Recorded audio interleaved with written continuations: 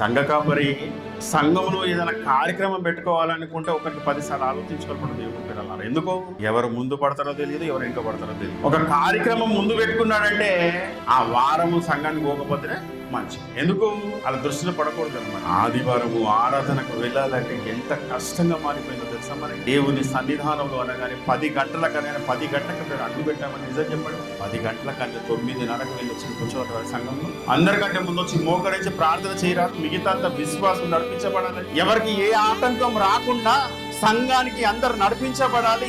వాళ్ళకి ఏ శోధనలు రాకుండా వాళ్ళందరూ సంఘంలో రావాలని వాళ్ళ గురించి మోకరించి ప్రార్థన చేయరాదు. వాళ్ళ గురించి ప్రార్థన చేయటండి. నేను కష్టంగా వస్తుంది సంఘానికి, నేనే రావడం కష్టం సంఘానికి. కొంచెంలో నమ్మకంగా ఉండండి. దేవుడు ఆశపడుతున్నాడని మనతో. కొంచెంలో నువ్వు ఏదో గొప్ప గొప్ప కార్యాలు చెయ్యకు. ఫస్ట్ నువ్వు సంఘానికి రా, నీ కుటుంబాన్ని సంఘానికి నడిపించు. పరిస్థితులు ఎలా ప్లీజ్ రావు సంఘానికి రావు.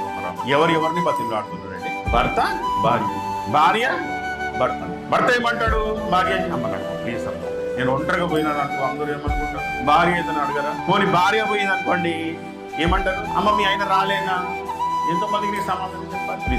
ప్లీజ్ చిన్న పిల్లలకు బతిలాడాల్సిన పరిస్థితి పడి కుటుంబంలో భర్తను బట్టి భార్య విశ్వాసంలోకి వచ్చినప్పుడు దేవుడు పిల్లలు, భర్తను బట్టి భార్య విశ్వాసంలోకి వచ్చింది. కానీ పరిస్థితులు ఎలా అయిపోయాయో తెలుసా? భార్య భర్తను బతిమలాడుతుంది. ఏమని? ఎవరిని నడిపారండి సంఘానికి? ఎవరి ముందు రక్షణ పొందుకున్నారు? ఎవరి ద్వారా ఎవరు రక్షణలోకి వచ్చారు? బతిమలాడుకోవాల్సిన పరిస్థితి కూడా దేవుడు పిల్లల దగ్గరికి వెళ్ళి బతిమలాడుతుంది. ఏమని? నడు సంఘానికి చర్చికి వెళ్దాం, నడుమా ప్లీజ్ రా.